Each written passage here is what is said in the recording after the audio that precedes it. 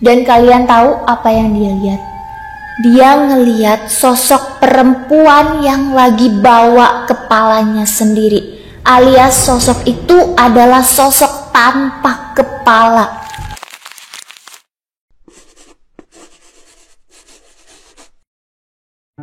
Hai semuanya, balik lagi sama gue Intan di Bercerita. Kali ini kita ada di segmen Kamistis. Nah, buat kawan-kawan bercerita yang lainnya, jangan pernah takut sendirian, karena gue bakal selalu nemenin setiap malam Jumat kalian dengan cerita-cerita mistis yang gak kalah seru dari cerita yang akan gue bawain. Kalian bisa dengerin nih cerita-cerita horor ini dari rumah sambil melakukan aktivitas-aktivitas seperti biasanya, atau kalian bisa dengerin cerita ini dari kantor sambil nemenin kegiatan kalian waktu di kantor. Atau kalau kalian lagi lembur, kalian bisa nih dengerin cerita ini untuk menemani lembur kalian.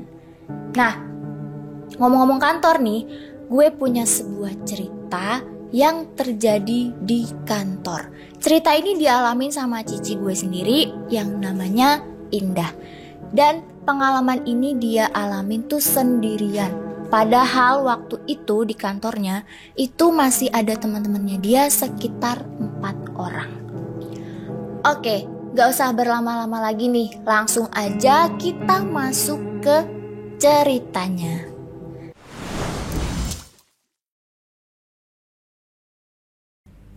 Nah, jadi kejadian ini tuh terjadi sekitar jam 5:30 sore. Waktu itu dia emang masih di kantornya nih sama teman-temannya yang tadi gue bilang itu ada 4 orang. Nah, posisinya di kantornya itu emang lagi hujan cukup deras banget. Makanya dia memutuskan untuk ya udah deh, gue nunggu dulu di kantor sampai reda. Tapi sebelum itu dia tuh pengen ke ruangan gudang dulu gitu buat ngecek barang-barang yang baru datang sekitar jam 2-an. Nah, sebelum dia ke gudang, dia nih mau ke toilet dulu nih buat buang air kecil.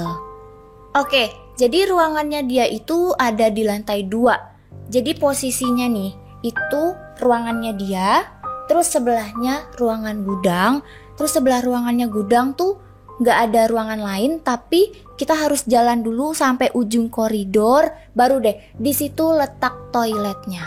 Akhirnya dia jalan nih ke toilet.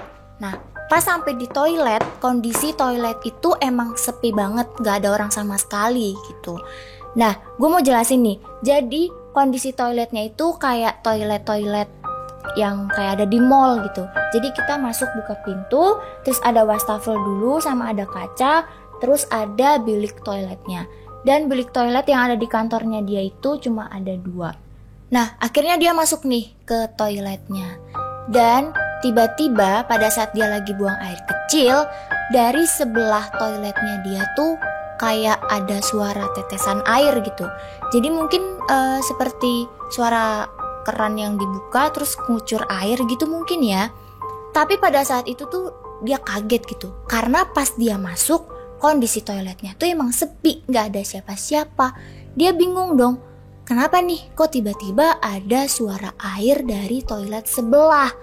Dan sebenarnya kondisi toiletnya itu, pintu toiletnya itu tuh bakalan bunyi kalau ada yang buka. Nah, dia nih kaget cukup lama ya. Dan dia tuh memutuskan untuk diam dulu nih. Dia tuh mau mastiin, ini beneran gak ya ada yang manggil gue, atau cuma perasaan gue aja.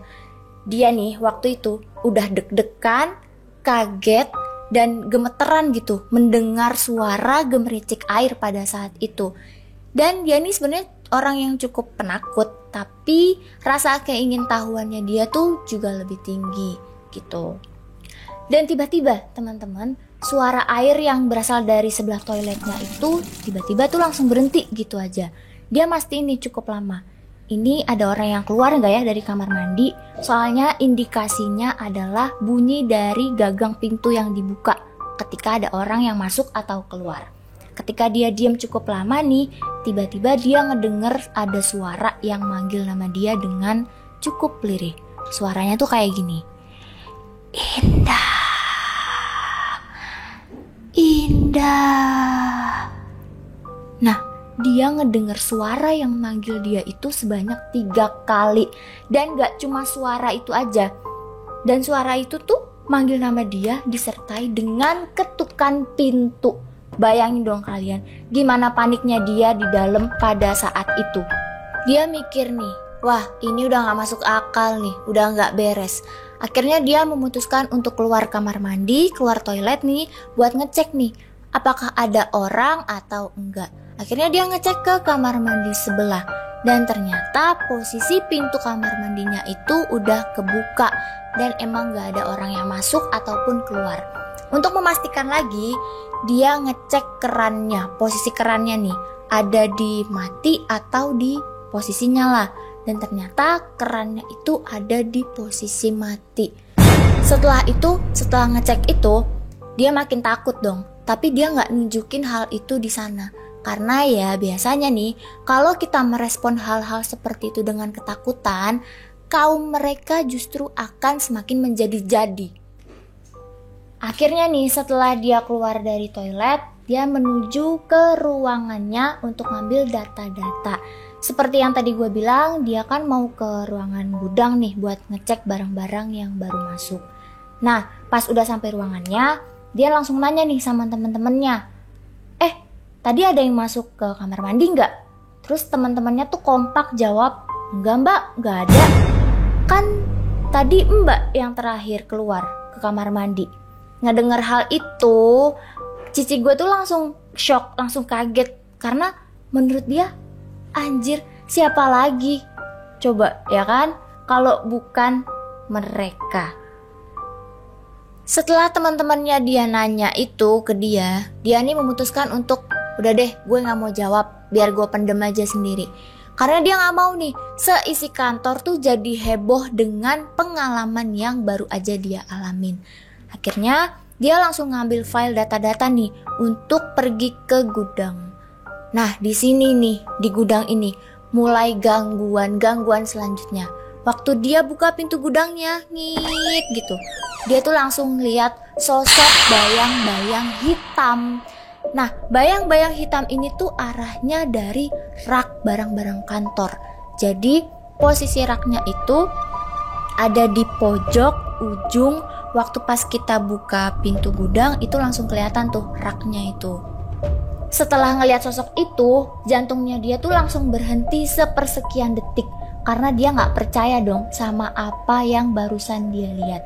Dia tuh masih sempat-sempatnya berpikir positif.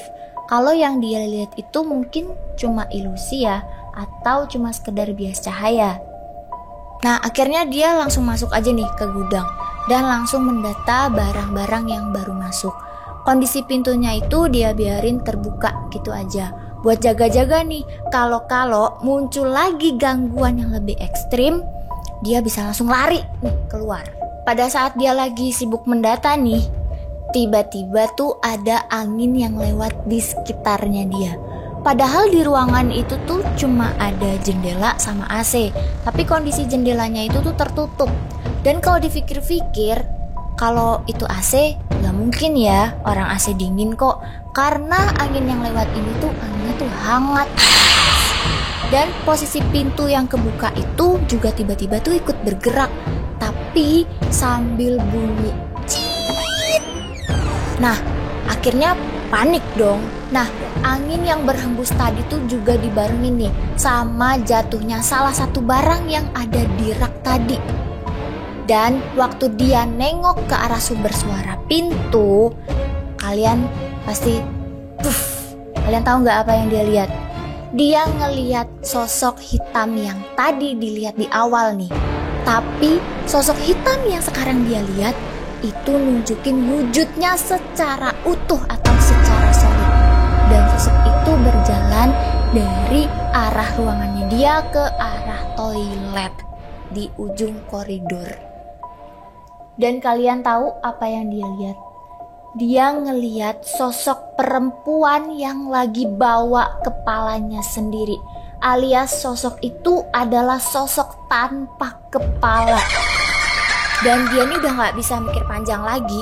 Dia ngerasa, wah ini gangguan udah semakin ekstrim, udah gak beres, udah kelewatan lah pokoknya.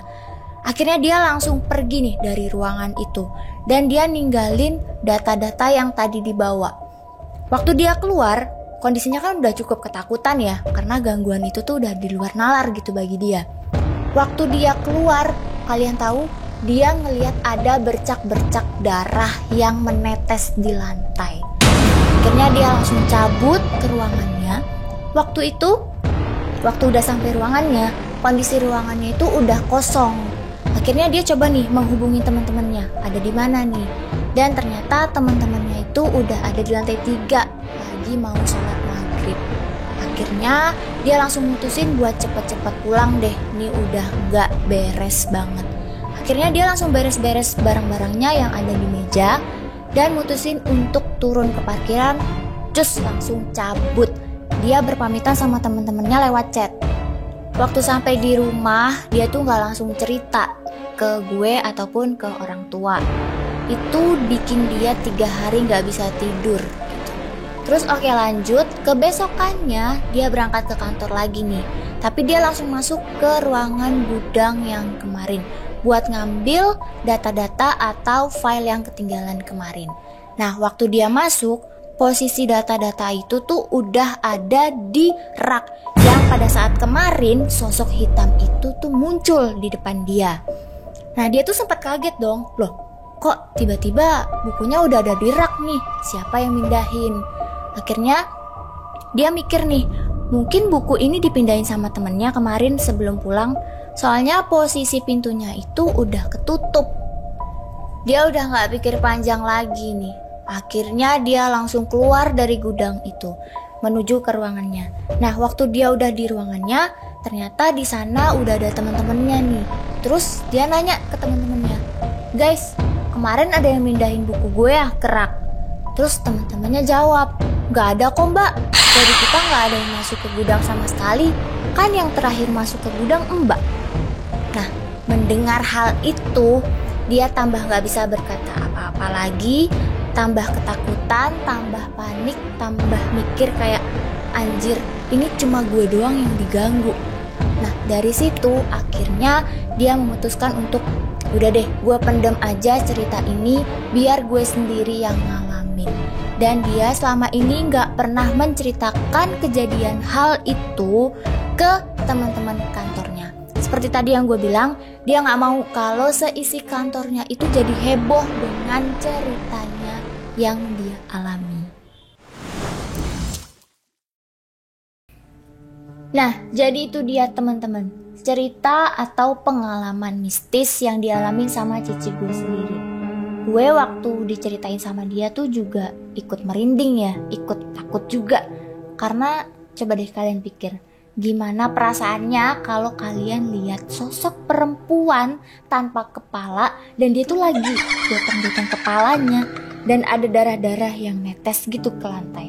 Gue juga gak bisa bayangin gimana perasaannya cici gue ngelihat sosok itu dengan mata kepalanya sendiri. Nah, buat teman-teman bercerita yang punya pengalaman-pengalaman mistis yang mungkin lebih serem dari cerita yang ini, yuk, gue bakal tunggu komentar kalian di kolom komentar.